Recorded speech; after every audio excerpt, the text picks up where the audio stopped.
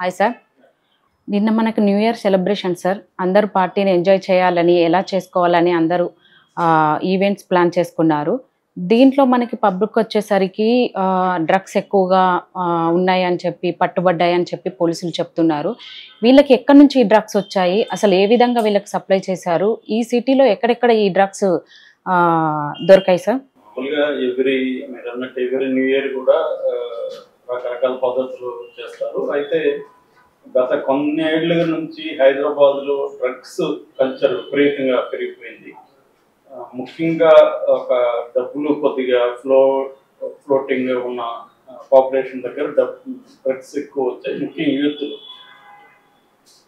ఒక ముందు డ్రగ్స్ వెళ్లే ముందు అసలు లిక్కర్ ఎంత అన్నప్పుడు 31st అంటే నిన్న 1,30,000 కేసులు లిక్కర్ అమ్ముడుపోయినట్టు చెప్తున్నారు. అట్లాగే 1,35,000 కేసులు బీర్ అమ్ముడుపోయిందని చెప్తున్నారు. దాదాపు ఈక్వల్ అమౌంట్. దాదాపు నిన్న ఒక రోజుకి 125 కోట్లకి అమ్ముడుపోయినట్టు చెప్తున్నారు. ఈ 3 రోజుల్లో 658 కోట్ల worth liquor, beer and liquor రెండు కూడా అమ్ముడుపోయిందని చెప్తున్నారు అన్నమాట. సో ఇది ఈ మధ్యకాలంలో లాస్ట్ ఇయర్ కంటే కూడా పెరిగిందని చెప్తున్నారు లిక్కర్ వినియోగం.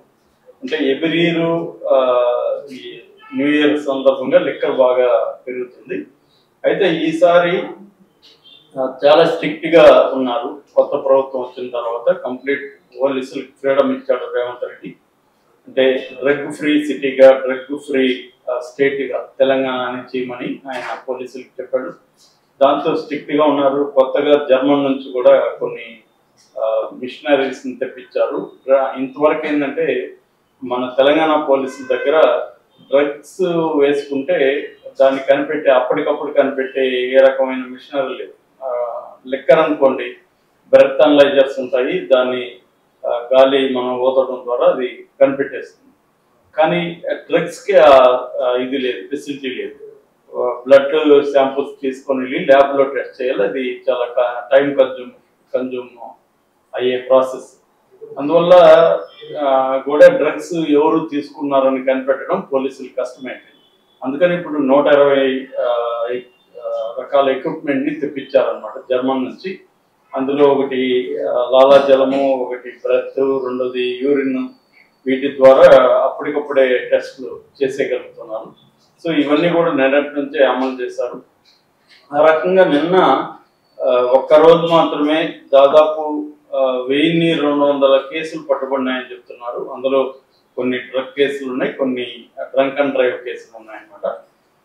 అది హైదరాబాద్ పరిధిలో. సైబరాబాద్ పరిధిలో 12,040 కేసులు నమోదైనవి.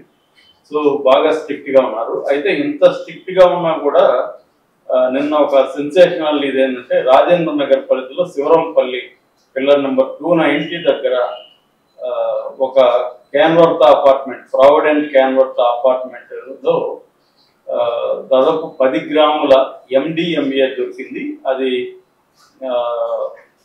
దాదాపు 4 లక్షల వాల్యూ అంటున్నారు మొత్తం. సో ఇది సంధ్య అనే ఒక సాఫ్ట్వేర్ అమ్మాయి. ఆ అమ్మాయి ముందు నుంచే ప్లాన్ చేస్తుందని చెప్తున్నారు. బెంగళూరులో తన కాంటాక్ట్ ద్వారా ఇది MDMA తెప్పించిందని చెప్తున్నారు. ఈ సంధ్య అర్జున్, డేవిడ్ అని ఇంకొక 2 కుర్రాళ్లతో ఆర్గనైజ్ చేసుకుని అక్కడ పార్టీ ప్లాన్ చేసినట్టు చెప్తున్నారు. సో ఇది పోలీసులకు లీక్ అయ్యి రాజేంద్ర నగర్, బాలానగర్ పోలీసులు, SOT టీం అంటారు, స్పెషల్ ఆపరేటింగ్ టీం, వీళ్ళు పట్టుకున్నారు. వాళ్ళ 4గురిని అరెస్ట్ చేసినట్టు చెప్తున్నారు. వీళ్ళకి ఎక్కడి నుంచి వచ్చిందంటే బెంగళూరు నుంచి వీళ్ళు తెచ్చుకోగలిగారు. అంతకుముందు జూబ్లీ హిల్స్ లో కూడా ఒకటి పట్టుబడింది. అది పంజాబ్ నుంచి, పంజాబ్లో యూనివర్సిటీ స్టూడెంట్స్ సప్లై చేస్తున్నారు. మామూలుగా మనకి డ్రగ్స్ బాగా ఫ్లోట్ ఉన్న స్టేట్స్ లో పంజాబ్ ఒకటి అనమాట. దాని మీద ఉడతా పంజాబ్ అని సినిమా కూడా తీశారు. సో అక్కడి నుంచి వీళ్ళకి సప్లై చేసినట్టుగా చెప్తున్నారు. సో ఈ MDMA అనేది వరల్డ్ లోనే దాదాపు అన్ని దేశాల్లో కూడా బ్యాన్ చేశారు. అయితే మెడికల్ గా మాత్రం కొన్ని దేశాల్లో అమల్లో అప్లై చేస్తున్నారు. దీన్ని ఎక్స్టాసీ డ్రగ్ అని, ఎంపతి డ్రగ్ అని కూడా పిలుస్తున్నారు. దీంట్లో ఏంటంటే ప్రధానంగా ఒక ఎక్స్టాసీ అంటే ఒక బ్రహ్మానందం అంటారు, గొప్ప ఆనందం. ఒక గాల్లో తేలిపోతున్నట్టు ఫీలింగ్స్. రెండోది హైట్ అండ్ సెన్సెస్ అన్నమాట. మన సెన్సెస్ అంతా కూడా ఫుల్గా అవేకన్ అవుతాయి. అన్నిటికంటే ఏంటంటే ఎంపతి డ్రగ్ అని ఎందుకు పిలిచారంటే ఇతరుల పట్ల, చుట్టూ ఉన్న వాళ్ళ పట్ల విపరీతమైన ఎమోషనల్ బాండేజ్ రావడం, వాళ్ళ పట్ల ఇష్టం రావడం, ఇట్లాంటివి కలుగుతాయి అన్నమాట. అందువల్ల కూడా ఎంపతి డ్రగ్ అని ఎండిఎంఏ అని పిలుస్తారు. ఇది ఎక్కువ యూత్ ఎక్కువ వాడుతున్నారు, ముఖ్యంగా గ్రూప్స్. వాళ్ళ మధ్య బాండ్ పెరుగుతుంది దీనివల్ల, ఒకరి పట్ల ఒకరికి అట్రాక్షన్ పెరుగుతుంది. ఇది దాదాపు నోటి ద్వారా వేసుకుంటే ఒక హాఫ్ అన్ అవర్ 40 నిమిషాల్లో దీని ఎఫెక్ట్ స్టార్ట్ అవుతుంది. ఇది స్ట్రాంగ్ గా ఒక 3.5 4 అవర్స్ స్ట్రాంగ్ గా ఉంటుంది. కొద్దిగా మైల్డ్ గా అయితే 6 అవర్స్ వరకు దీని ఎఫెక్ట్ పనిచేస్తుంది. అందువల్ల ఎక్కువగా యూత్ దీన్ని గ్రూప్స్ గా ఉండి వాడతారు అన్నమాట. వాళ్ళ మధ్య అంటే మల్టిపుల్ అమ్మాయిల అబ్బాయిల మధ్య బాండేజ్ పెరగడం, ఒకరంటే ఒకరికి క్రేజ్ పెరగడం, ఇది ప్రధానంగా వాళ్ళు దానికోసం వాళ్ళు థ్రిల్ కోసం చేస్తున్నారు. అయితే దీని సైడ్ ఎఫెక్ట్ ఏంటంటే లో సోడియం కాన్సన్ట్రేషన్ బ్లడ్ లో విపరీతంగా పెరిగిపోయి చాలా రకాల ప్రాబ్లమ్స్ వస్తున్నాయి. అట్లాగే కంప్లీట్ గా డీహైడ్రేషన్ వచ్చేస్తుంది బాడీలో. ఇటువంటి సైడ్ ఎఫెక్ట్స్ కూడా ఉన్నాయి. దీన్ని మన దేశం బ్యాన్ చేసింది. ఇది ఇప్పుడు ప్రధానంగా దొరికింది అన్నమాట.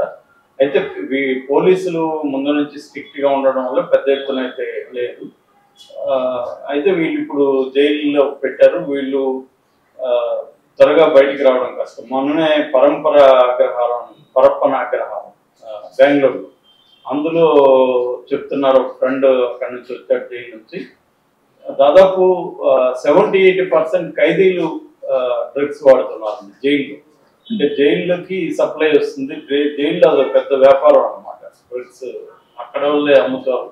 అక్కడ చాలా మంది ఖైదీలు మత్తులోనే తిరుగుతున్నారు. కళ్ళు అలా అరమోట్పు అంటారు కదా, అలాగా సగం మూసుకొని అలా తిరుగుతున్నారు ఖైదీలు అని తాను షాక్ అయినానని చెప్పాడు. అందులో ఎండిఎంఏ కూడా చాలా విరివిగా దొరుకుతుందని చెప్పాడు అక్కడ. సో దాన్ని ఇదేంటంటే జైల్లోనే అలో చేస్తున్నారు సప్లై. సో దాదాపు 70%, అంటే చాలా జైళ్ళలో మనం ఈవెన్ చంద్రబాబు గారు అక్కడ ఉన్నప్పుడు రాజమండ్రి జైల్లో కూడా ఎక్కువ మంది ఖైదీలు ఎవరు ఉన్నారంటే గాంజా సప్లయర్స్, గాంజా యూజర్స్ అన్నమాట. సో ఇది మొత్తంగా దేశంలోనే ఇది ఒక పెద్ద జాతీయంగా చెప్పచ్చు. హైదరాబాద్ లో అయితే విపరీతంగా ఉంది. ఈ మధ్య సైకాలజిస్టుల దగ్గర కూడా ఈ ప్రాబ్లమ్స్ ఎక్కువ వస్తున్నాయి. అంటే ముఖ్యంగా టీనేజర్స్, కాలేజెస్ లో టీనేజర్స్ ఇంకా పిల్లలు కూడా డ్రగ్స్, ముఖ్యంగా పాష్ కాలేజెస్ ఉంటాయి కదా, రిచ్గా స్కూల్స్, కాలేజెస్, అక్కడ ఇవి దొరుకుతున్నాయి అన్నమాట. వాళ్ళకి టిఫిన్ బాక్సుల్లో పెట్టి సప్లై చేస్తున్నారు, చాక్లెట్ రూపంలో అలాగా ర్యాపర్లో పెట్టి. సో దీనివల్ల వాళ్ళకి సైకలాజికల్ ఇష్యూస్ కూడా వచ్చి కేసులు కూడా సైకలాజికల్గా ఎక్కువ వస్తున్నాయి. ఎందుకంటే ఇది అడిక్షన్. దీనికోసం వాళ్ళు ఒకసారి అలవాటు అయితే దీనికోసం ఏమైనా చేసే పరిస్థితి కనబడుతూ ఉంది. సో దీనికోసం స్ట్రిక్ట్గా అయితే తీసుకున్నారు. ఇప్పుడు కొత్తగా వచ్చిన 3 సిపిలు ఇటు హైదరాబాదు, సైబరాబాదు, రాచకొండ, ఈ 3 ఏరియాల పరిధిలో కూడా సీరియస్గా అయితే చేస్తున్నారు. నిన్నైతే ఈ పట్టుబడిన వాళ్ళు వీళ్ళు అన్నమాట. సార్ ఇప్పుడు డ్రగ్స్ పట్టుబడి దొరికి ఉన్నారు కదా సార్, వాళ్ళకి ఇప్పుడు జైల్లో కూడా పంపిస్తున్నారని చెప్తున్నారు. వాళ్ళు జైల్లోకి ఎలా అలా ఉంటుంది సార్? ఫుల్ చెకింగ్ ఉంటుంది, జైల్లోకి పర్మిషన్ ఉండదు కదా, అన్ని చెక్ చేసిన తర్వాతనే అలౌ చేస్తారు. అలాంటప్పుడు జైల్లోకే డ్రగ్స్ వెళ్ళడం అంటే ఎంత? చెకింగ్లు ఇవన్నీ అంటే మనకి బయటికి కనబడతాయంటే వాళ్ళే అక్కడ పనిచేసే వార్డర్లు కావచ్చు, లేకపోతే అక్కడ అందరూ వాళ్ళకి, ఎందుకంటే వాళ్ళకి మామూలుగా బయట పోలీసులాగా వాళ్ళకి వేరే ఇన్కమ్ ఉండవు. సో జైల్లోనే వాళ్ళు సంపాదించే మెథడ్స్ వాళ్ళు కనిపెడతారు అనమాట. అందులో ఒకటి డ్రగ్స్ కి డబ్బులు బాగా వస్తాయి వాళ్ళకి, ఖైదీలు డబ్బులు పే చేస్తారు. అక్కడ ఎట్లుంటదంటే సిస్టమ్, ఇప్పుడు మనం ఎవరైనా ఖైదీని చూడకపోయినాం, మనం ఆ ఖైదీకి ఏదో 10,000 డబ్బులు ఇద్దాం అనుకుంటే అక్కడ కౌంటర్లు ఇస్తే వాళ్ళకి లోపల టోకన్స్ ఇస్తారు అనమాట. దానివల్ల వాళ్ళు ఆ టోకన్స్ జైలర్లకి ఇస్తే వీళ్ళు దాన్ని మార్చుకుంటారు అక్కడ డబ్బుల రూపంలో. అందువల్ల డబ్బులు అనేది అలో చేస్తున్నారు. జైల్లో అన్ని రకాలుగా జరుగుతుంటాయి మామూలుగా. ఈవెన్ మందు వస్తుంది, జైల్లో దొరకనివేవి లేవు. సో ఓన్లీ అమ్మాయిలు మాత్రం అలా చేయరు. అమ్మాయిలను కూడా ఎలా చేస్తారంటే జైల్లో కోర్టుకి తీసుకుపోయేటప్పుడు బయటికి మామూలుగా మార్నింగ్ తీసుకెళ్తారు. అక్కడ కోర్టులో డబ్బులు ఇస్తే క్లర్క్ మన ఫైల్ని ముందు పెడతాడు పైన జడ్జికి. జడ్జి అవన్నీ ఆ ఫైల్ ఏది ముందు ఉంటే అది చూస్తాడు అనమాట. మంది 11 కంతా అయిపోయింది అనుకో, ఈవినింగ్ జైలు అధికారులతో కూడా కుమ్మక్క అయితే ఈవినింగ్ 11 వరకు ఈ ఖైదీకి ఇంకా ఈ 11 నుంచి 11 వరకు ఫ్రీ కదా టైం. సో దాదాపు 12 hours ఫ్రీ కాబట్టి అతను కోరుకున్న ప్లేస్కి వీళ్ళు తీసుకెళ్తారు. హోటల్ కావచ్చు, ఇల్లు కావచ్చు.